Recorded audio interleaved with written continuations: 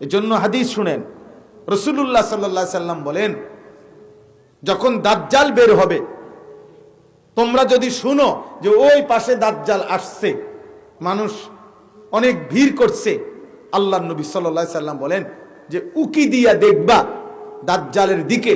আল্লাহ নবী নিষেধ করছে, সাবধান, ওইখানে গিয়া উকি দিয়েও দেখো না। যদি দেখো, হতে পারে এই উকি দিয়ে দেখার কারণেই দাজ্জাল তোমার ঈমান হরণ করে ফেলবে। গুনার আড্ডায় উকি দিতেও নাই।